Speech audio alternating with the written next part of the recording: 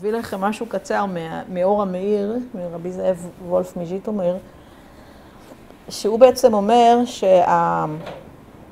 ויאמר האדם זאת הפעם עצם מעצמי ובשר מבשרי לזאת יקרא אישה, אז הוא אומר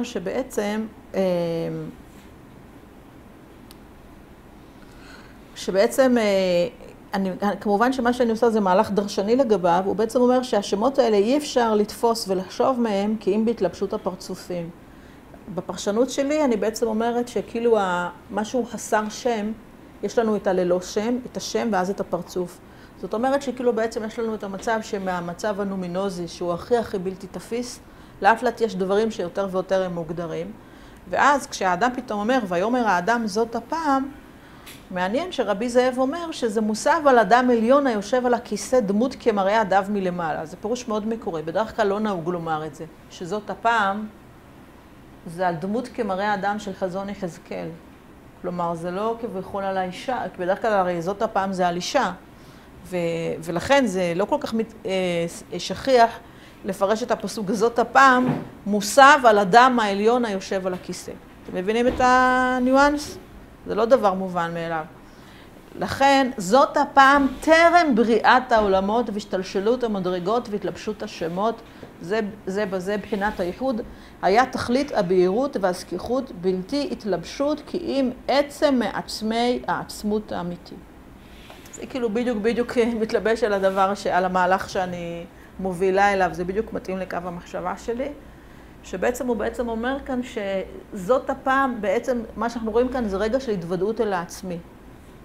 כי בעצם הוא אומר שלפני זאת הפעם, כאילו הפעם בהידיעה, לפני שהיה את הבריאה ואת השתלשלות, כלומר, מה שאמרנו שהאצילות מחודש, לפני שהיה את הלינאריות, והכל היה בחינת ייחוד, בהיר וזך, בלי שהיו התלבשויות, בלי שהדברים עברו תהליכים של הגדרות, זה היה עצם העצמי, העצמות האמיתי.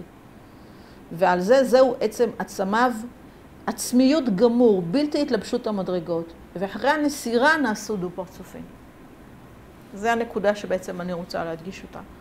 ובעצם כאילו השאיפה של האדם, ברגע שבעצם הנסירה הופך להיות דבר מאוד חד וברור עלו, היא בעצם מעבר מהמקום הזה למקום בעצם האחדותי, שבו התודעה מתבוננת בעצמה.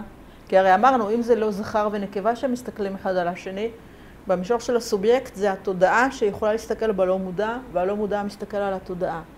ולכן זה בעצם המקום של העצמיות. העצמי הטהור. בנקודה הזאת זה משיק ליונג, שכאילו העצמי, הסלף כאילו, זה גם צורה של התגלות עבור האדם. כאילו, כמובן מרטין בובר קצת מתקוטט איתו על זה, כי הוא אומר שמשתמע מהדברים האלה שהוא כאילו מוציא, זורק את אלוהים בכלל החוצה מהתמונה והכל, זה רק סלף שהוא עושה אותו לאלוהים, אבל אני לא נכנסת לשאלה הזאת, כי זה לא כל כך חשוב לי. יותר חשוב לי העובדה של הקיום של הנשגב ללא שם שעומד מעל לכל הדברים, ולא חשוב לי כל כך איך כל אחד רוצה לקרוא לזה. אבל זה מחשים בצורה בלתי רגילה, שבעצם העצמי הזה, העמוק הזה, שנמצא לפני הכל, רבי זאב אומר שזאת הפעם, זה מראה אדם. כאילו הרגע הזה שהאדם פתאום רואה את החצי השני שלו, ויכול לחזור ביניהם מבט, זה הרגע של ההתוודות אל העצמי. זה מראה אדם מלמעלה? כן, שזה בעצם למעשה, בחזון יחזקאל. מה זה מראה אדם מלמעלה? אין מה לדמיין. יש לנו את, סליחה שאני אומרת לך את זה, יש לנו את חזון המרכבה של יחזקאל, ויש לנו משהו מאוד ברור במסורת הנבואה של יחזקאל. יחזקאל רואה את המרכבה, והוא פתאום רואה את הדמות אדם, הוא רואה כמראה מוצנב מלמעלה, הוא מתעלף, הוא לא יכול לראות יותר, הוא רואה שיש כיסא ומעלה ויש דמות אדם. אז המסורת בתוך יחזקאל, לפי הפשט של יחזקאל עצמו, יחזקאל יכול לראות רק כביכול את החצי התחתון של הגוף האלוהי שהוא רואה, ולמעלה כמראה דמות אדם הוא לא יכול לראות יותר. דרך אגב, אפשר גם את זה לקשר לעוד סוגיה פסיכולוגית שאני עוסקת בה, שזה בעצם החיתוך האופקי של האני, כאילו.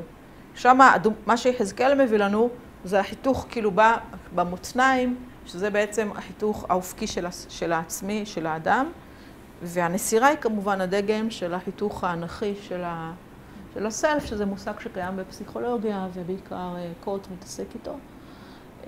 אז בעצם יש לנו בעצם שתי צורות של חיתוך, אבל זה באמת לא הדבר העקרוני מבחינתי פה.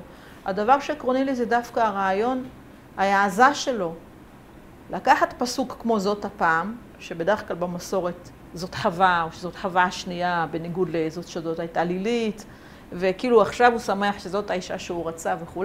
וההעזה שלו להגיד שזאת הפעם, זה בעצם העצמי הטהור לפני כל ההתלבשויות. וזה הדבר שנראה לי מעניין פה.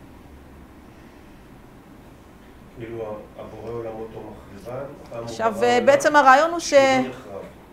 הרעיון הוא שבעצם הסיבה שהדברים האלה מתקשרים לראש השנה, שזה בעצם כאילו הדרישה היא שזה הרגע שבו האני טובל בתוך העצמי, חותר להגיע לרגע הזה של זאת הפעם.